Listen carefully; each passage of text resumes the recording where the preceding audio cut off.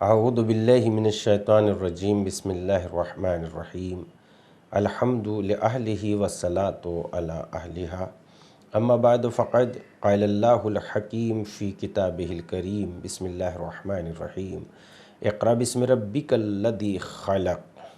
السلام علیکم ورحمۃ اللہ وبرکاتہ۔ آؤ کتاب پڑھیں میں ہم آپ کی خدمت میں صحیفہ کربلا کو پیش کر رہے ہیں۔ کل تک ہماری گفتگو پیج نمبر 196 تک پہنچ چکی تھی۔ آج ہماری گفتگو آپ کی خدمت میں 196 سے لے کر پیج نمبر 8 تک ہم آپ کی خدمت میں پیش کریں گے۔ آپ دیکھیے ہم 5 7 20 صفحات آپ کی خدمت میں پیش کر رہے ہیں۔ آدھا گھنٹے کی بات ہے اور آدھا گھنٹے میں ہمیں کتنی گہری معلومات حاصل ہو رہی ہے۔ اور دیکھیے ایک آدھ مہینہ بھی آپ نے محنت کر لی، ہمارا ساتھ دے دیا، تو ایک مہینے میں آپ اس طریقے سے 600 700 صفحات ہم آپ کی خدمت میں پیش کر دیں گے، اور اسی طریقے سے کتاب کے پڑھنے کا سلسلہ انشاءاللہ جاری رہے گا۔ بس ضرورت یہ ہے کہ آپ زیادہ سے زیادہ جوانوں کو اس پروگرام میں شریک کیجئے اور انہیں علم دیجئے اور دوسروں تک علم پہنچانے کی کوشش کیجئے۔ آئیے آج ہماری گفتگو شروع ہوتی ہے پیج نمبر 196 سے۔ کربلا میں داخلہ۔ امام حسین علیہ السلام نینوا پہنچ گئے ہیں اور کربلا میں داخلے کی اب بات شروع ہوتی ہے۔ 2 محرم بروز جمعرات سن 61 ہجری کو امام حسین سرزمین کربلا پر پہنچے۔ ابو اسحاق اسرافائینی کے مقتل میں مرقوم ہے کہ امام حسین اپنے انصار کے ساتھ سفر کرتے ہوئے ایک شہر تک پہنچے، یہاں ایک جماعت مقیم تھی۔ آپ نے اس شہر کا نام معلوم کیا، جواب دیا اسے شط فرات کہتے ہیں۔ آپ نے فرمایا اس کا دوسرا نام بھی کوئی ہے؟ کہا اسے کربلا بھی کہتے ہیں۔ یہ سن کر آپ نے گریہ کیا اور فرمایا خدا کی قسم یہ زمین کرب و بلا ہے۔ پھر فرمایا اسی زمین کی ایک مٹھی خاک مجھے دو۔ لے کر سونگھی اور کچھ خاک اپنی جیب سے نکالی اور فرمایا یہ خاک میرے نانا کے لیے جبرائیل امی خدا کی طرف سے لائے تھے، اور فرمایا تھا یہ خاک تربت حسین کی ہے۔ اس کے بعد خاک پھینک دی اور فرمایا دونوں کی بو یکساں ایک سی ہے۔ سبت ابن جوزی کے تذکرے میں لکھا ہے کہ امام حسین نے فرمایا اس زمین کا نام لوگوں نے بتایا کہ کربلا۔ یہ سن کر آپ نے گریہ کیا اور فرمایا کرب و بلا۔ پھر فرمایا مجھے ام سلمہ نے بتایا کہ جبرائیل رسول اللہ کی خدمت میں حاضر تھے اور تم میرے پاس تھے، تم رونے لگے۔ رسول اللہ نے فرمایا میرے بچے کو چھوڑ دو، میں نے تمہیں چھوڑ دیا۔ رسول اللہ نے تمہیں اپنے پہلو پر بٹھایا۔ جبرائیل نے عرض کیا یہ آپ کے محبوب ہے؟ فرمایا بے شک آپ کی امت انہیں قتل کرے گی، اگر آپ چاہیں تو میں آپ کو سرزمین دکھلا سکتا ہوں جہاں یہ شہید کیے جائیں گے۔ رسول اللہ نے فرمایا دکھائیے۔ پس جبرائیل نے آپ کو زمین کربلا دکھائی۔ جب امام حسین سے یہ کہا گیا کہ یہ زمین کربلا ہے تو آپ نے اس کی خاک کو سونگا اور فرمایا یہ وہی زمین ہے جس کے بارے میں جبرائیل نے میرے نانا رسول اللہ سے بتایا تھا کہ میں اس جگہ قتل کیا جاؤں گا۔ سید ابن طاووس کہتے ہیں کہ جب امام حسین اس سرزمین پر پہنچے تو معلوم کیا کہ اس کا کیا نام ہے۔ بتایا گیا کہ اسی سے کربلا۔ فرمایا اتر جاؤ، یہی ہماری منزل ہے، یہی ہمارا خون بہایا جائے گا، یہی ہماری قبر بنے گی۔ رسول اللہ نے مجھ سے یہی فرمایا۔ ایک دوسری روایت میں آیا ہے کہ آپ نے فرمایا عرض کرب و بلا، پھر فرمایا ٹھہرو آگے نہ بڑھو، یہی ہمارے اونٹ بیٹھیں گے، یہی ہمارا خون بہایا جائے گا۔ خدا کی قسم یہی ہماری حرمت کا حریم توڑیں گے اور ہمارے بچوں کو تہتے کریں گے۔ اس سرزمین پر ہماری قبروں کی زیارت ہوگی، ہمارے نانا رسول اللہ نے وعدہ کیا ہے جو پورا ہو کے رہے گا۔ اس کے بعد ہمارے ساتھی اتر پڑے اور اثاثہ اتار لیا۔ حر اور ان کا لشکر دوسری طرف امام کے مقابل خیمہ لگائے۔ دوسری محرم کو حر نے عبید اللہ بن زیاد کو ایک خط لکھا اور اسے اطلاع دی کہ امام حسین کربلا میں داخل ہو چکے ہیں۔ دعائے امام حسین۔ آپ نے اپنے بھائیوں اور اہل بیت کو جمع کیا اور انہیں دیکھ کر گریہ کیا اور فرمایا اے اللہ ہم تیرے رسول محمد کی اطرت ہیں، ہمیں ہمارے جد کے حرم سے نکال دیا گیا ہے، بنی امیہ نے ہمارے حق میں ظلم کیا ہے، اے اللہ ہمیں ہمارا حق دلوا دے اور ہمیں ظالموں پر کامیابی عطا فرما۔ ام کلثوم نے امام حسین سے عرض کی اے بھائی اس سرزمین پر میرا عجیب حال ہے، میرے دل پر رنج و الم کے بادل چھائے ہوئے ہیں۔ امام حسین نے بہن کو تسلی دی۔ سرزمین کربلا پر وارد ہونے کے بعد آپ نے اصحاب سے فرمایا الناس عبید الدنیا والدین لاعق علی السنتہم، لوگ دنیا کے بندے ہیں اور دین کو ذائقہ دار چیز کے مانند سمجھتے ہیں، جب تک وہ اپنی زبان سے اس کا مزہ محسوس کرتے ہیں تو اس کو محفوظ رکھتے ہیں، اور جس وقت امتحان و آزمائش سے گزرنا پڑتا ہے تو لوگ دین داروں کی تعداد گھٹ جاتی ہے، وقلت دیانون، اور دین دار بہت کم نکلتے ہیں۔ امام کا خط اہل کوفہ کے نام امام حسین نے دوات اور کاغذ طلب کیا اور کوفہ کے سربراہوں کو مخاطب کر کے خط لکھا کہ جن کے بارے میں یہ یقین تھا کہ وہ اپنی رائے پر قائم ہے۔ بسم اللہ الرحمن الرحیم۔ یہ خط حسین بن علی کی طرف سے سلیمان بن سرد، مسیب بن نحبہ، رفاعہ بن شداد، عبید اللہ بن والی اور مومنین کی ایک جماعت کے نام۔ اما بعد، تم جانتے ہو کہ رسول اللہ نے اپنی زندگی میں فرمایا تھا جو شخص ظالم بادشاہ کو دیکھے کہ وہ خدا کی حرام کی ہوئی چیزوں کو حلال اور حلال کی ہوئی چیزوں کو حرام کر رہا ہے، وہ عہد توڑ کر سنت کی مخالفت کر رہا ہے، خدا کے بندوں پر ظلم کر رہا ہے، اپنے قول و فعل سے اس پر کوئی اعتراض نہ کرے تو سزاوار ہے کہ خدا اس کے لیے وہی عذاب مقرر کرے جو اس ظالم بادشاہ کے لیے مقرر کیا ہے۔ تم جانتے ہو اور بنی امیہ کو پہچانتے ہو کہ وہ شیطان کی پیروی کر کے خدا کی اطاعت سے سرکش ہو گئے ہیں، فساد برپا کر رہے ہیں، خدا کے حدود کو پامال کر رہے ہیں۔ انہوں نے خدا کی حلال کی ہوئی چیزوں کو حرام اور حرام کی ہوئی چیزوں کو حلال سمجھ لیا ہے۔ تمہارے خط موصول ہوئے، تمہارے قاصد میرے پاس پہنچے، انہوں نے کہا کہ تم نے میری بیعت کر لی ہے اور میدان جنگ میں ہرگز تم مجھے تنہا نہیں چھوڑو گے، مجھے ہرگز دشمن کے حوالے نہیں کرو گے۔ اب اگر تم اپنے عہد اور اپنی بیعت پر ثابت قدم ہو تو یہی سیدھا راستہ ہے۔ میں نے تمہارے اور میرا خاندان تمہارے خاندان کے ساتھ ہے اور میں تمہارا رہبر اور امام ہوں۔ اگر تم نے اپنا عہد توڑ دیا اور میری بیعت سے نکل گئے ہو تو قسم اپنی جان کی مجھے اس پر تعجب نہیں ہے، کیونکہ تم نے جو سلوک میرے والد بھائی اور میرے چچا زاد بھائی مسلم کے ساتھ کیا ہے میں اس سے واقف ہوں۔ جو شخص تمہارے فریب میں آئے وہ ناتجربہ کار ہے۔ تم اپنی قسمت سے روگرداں ہو اور میرے ساتھ ہونے کی بنا پر اپنا فائدہ گنوا دیا ہے۔ پیمان شکن کو اس کا خمیازہ بھگتنا ہوگا، ان قریب خدا مجھے اس سے بے نیاز کر دے گا۔ والسلام علیکم ورحمۃ اللہ۔ امام نے یہ خط بند کیا، مہر لگائی اور قیس بن مسہر سیداوی کے سپرد کیا تاکہ وہ کوفہ لے جائے۔ جب آپ کو قیس کے شہید ہونے کی خبر ملی تو گریہ کیا اور فرمایا، اے اللہ ہمارے اور ہمارے شیعوں کے لیے اپنے پاس اعلیٰ جگہ قرار دے اور ہمیں ان کے ساتھ اپنی جوار رحمت میں ساکن کر، بے شک تو ہر چیز پر قادر ہے۔ انصار امام حسین کا اظہار خیال۔ پھر جب آپ نے خدا کی حمد و ثنا کی اور محمد و آل محمد پر درود بھیجا اور وہی خطبہ جو ہم منزل ذو حسم میں نقل کر چکے ہیں دیا، امام حسین کے بیان کے بعد زہیر کھڑے ہوئے اور کہا، اے فرزند رسول، ہم نے آپ کا بیان سنا، اگر دنیا ہمیشہ رہتی اور ہم بھی اس میں جاویدہ ہوتے تو بھی ہم آپ کے ساتھ انقلاب برپا کرنے اور آپ پر جان قربان کرنے کو اس دنیا میں ہمیشہ رہنے پر ترجیح دیتے۔ اس کے بعد بریر کھڑے ہوئے اور کہا، یبن رسول اللہ، خدا نے آپ کے وسیلے سے ہم پر احسان کیا، ہم آپ کی رکاب میں جہاد کریں گے اور ہمارا بدن آپ کے مقصد کے حصول میں ٹکڑے ٹکڑے ہوا اور قیامت کے روز آپ کے جد ہمارے شفیع قرار پائیں گے۔ پھر نافع بن ہلال اپنی جگہ سے بلند ہوئے اور کہا، فرزند رسول، آپ جانتے ہیں کہ میں آپ کے جد رسول خدا بھی اپنی محبت سب کے دلوں میں نہیں ڈال سکے، چنانچہ خواہش کے باوجود سب نے ان کا فرمان قبول نہیں کیا، کیونکہ لوگوں کے درمیان ایسے منافق بھی موجود تھے جو مدد کرنے کا وعدہ کرتے تھے لیکن دل میں بے وفائی کی نیت رکھتے تھے۔ یہ لوگ سامنے شہد سے زیادہ شیریں ہیں اور پس پشت زہر سے زیادہ کڑوے اور تلخ ہیں۔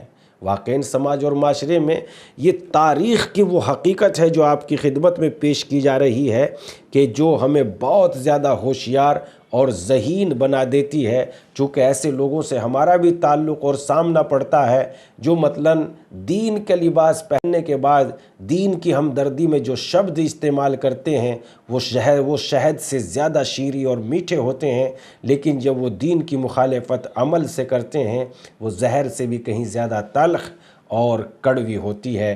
وہ جوانوں کو برباد کر دیتے ہیں، اور قوم و ملت جسے پھولنا اور پھلنا چاہیے تھا وہ اس قوم و ملت کو مثلاً پست اور ذلیل کر دیتے ہیں۔ لہذا بہت سمجھداری سے ہمیں اپنے قافلے زندگی کو بہت آگے لے کے جانا ہے، اس لیے کہ زندگی سے قیمتی کوئی شے نہیں ہے۔ اس لیے ہمیں اس تاریخ کے حالات اور ان کے واقعات پر بہت غور کرنا ہے۔ لہذا کہا آپ کے والد کے ساتھ بھی، یعنی ان کے لوگ سامنے شہد سے زیادہ شیریں اور پس پشت زہر سے زیادہ تلخ، خدا نے انہیں اپنے جوار رحمت میں بلا لیا ہے۔ آپ کے والد علی کے ساتھ بھی ایسا ہی ہوا۔ ایک جماعت ان کی مدد کے لیے اٹھی اور ناکسین، قاسطین اور مارقین سے جنگ کی۔ کچھ عرصے بعد وہ بھی رحمت خدا میں پہنچ گئے۔ آپ ہمارے درمیان میں ہیں، جس نے پیمان شکنی کی اور بیعت توڑی وہ خسارے میں رہا، اور خدا آپ کو اس سے بے نیاز کرے گا۔ آپ ہمیں مشرق و یا مغرب میں جدھر چاہیں لے چلے، خدا کی قسم ہم اس کی قضا سے نہیں ڈرتے اور لقائے خدا سے ناخوش نہیں ہیں۔ ہم نیت و بصیرت کی روح سے اس شخص کو دوست رکھتے ہیں جس سے آپ دوستی اور الفت کرتے ہیں، اور جو آپ کا دشمن ہے اسے ہم دشمن سمجھتے ہیں۔ امام حسین علیہ السلام کے نام عبید اللہ کا خط۔ جب عبید اللہ کو امام حسین کے کربلا میں داخلے کی اطلاع ملی تو اس نے امام حسین کو اس مضمون کا خط لکھا: مجھے اطلاع ملی ہے کہ آپ کرب و بلا میں پڑاؤ ڈالے ہوئے ہیں، اور امیر المومنین یزید نے مجھے لکھا ہے کہ میں آپ کو خداوند لطیف سے ملحق کیے بغیر نہ آرام کی نیند سوؤں اور نہ شکم سیر ہو کر کھاؤں، یا آپ میرے یا یزید بن معاویہ کے حکم کے سامنے تسلیم ہو جائیں، والسلام۔ امام حسین نے یہ خط پڑھ کر پھینک دیا اور فرمایا: وہ لوگ کبھی کامیاب نہیں ہو سکتے جو خالق کو غضبناک کر کے مخلوق کو خوش کرتے ہیں۔ عبید اللہ کے قاصد نے کہا: اے ابو عبداللہ، خط کا جواب؟ آپ نے فرمایا: اس کا جواب نہیں دیا جا سکتا، کیونکہ عبید اللہ کے لیے خدا کا عذاب لازم و ثابت ہے۔ قاصد عبید اللہ کے پاس گیا اور امام حسین کا جواب سنایا۔ عبید اللہ بہت آشفتہ ہوا اور عمر بن سعد کی طرف دیکھا اور اسے امام حسین سے جنگ کا حکم دیا۔ عمر بن سعد نے، جو کہ رے کی گورنری کا شہدا تھا اور اس کا بہت خواہش مند تھا، امام حسین علیہ السلام سے جنگ کرنے کے سلسلے میں معذرت چاہی۔ عبید اللہ نے کہا: پھر رائے کی گورنری کا پروانہ واپس کر دو۔ اس واقعے سے تھوڑی ہی دیر قبل عبید اللہ نے عمر بن سعد کو یہ حکم دیا کہ 4000 سپاہی لے کر رائے کی طرف روانہ ہو جاؤ، کیونکہ وہاں دیلمیان مسلط ہو گئے۔ ابن زیاد نے رے کی گورنری کا پروانہ عمر بن سعد کے نام لکھ دیا تھا۔ عمر بن سعد بھی وہاں جانے کے لیے تیار ہو گیا تھا۔ اسی اثنا میں ابن زیاد کو یہ خبر ملی کہ امام حسین کوفے کی طرف بڑھ رہے ہیں۔ اس نے عمر بن سعد کو طلب کیا اور اس سے کہا کہ پہلے تم حسین کی طرف جاؤ اور وہاں سے فراغت کے بعد رے جانا۔ یہی وجہ تھی کہ عمر بن سعد رے کی حکومت کو ہاتھ سے نہیں جانے دینا چاہتا تھا۔ اس نے ابن زیاد سے کہا کہ آج مجھے غور و فکر کی مہلت دیجیے۔ لکھا ہے کہ اس سلسلے میں عمر بن سعد نے رات بھر سوچا اور خود سے کہا۔ اس کے بعد یہ مسئلہ مشورہ دینے والوں کے سامنے رکھا۔ سب نے اسے حسین بن علی سے جنگ کرنے سے منع کیا، اور اس کے بھانجے حمزہ بن مغیرہ نے بھی اس سے کہا: آپ کو خدا کی قسم دیتا ہوں ایسا نہ کیجیے، کیونکہ حسین سے جنگ خدا کی نافرمانی، قطع رحم ہے۔ خدا کی قسم اگر ساری دنیا بھی آپ کے پاس ہو اور اسے آپ سے لے لیں تو یہ اس سے بہتر ہے کہ جب آپ دنیا سے اٹھیں تو آپ کی گردن پر حسین کا خون ہو۔ عمر بن سعد نے کہا: انشاءاللہ ایسا ہی کروں گا۔ عمار بن عبداللہ نے اپنے والد سے روایت کی ہے کہ میں اس وقت عمر بن سعد کے پاس پہنچا جب وہ کربلا کی طرف روانہ ہونے والا تھا۔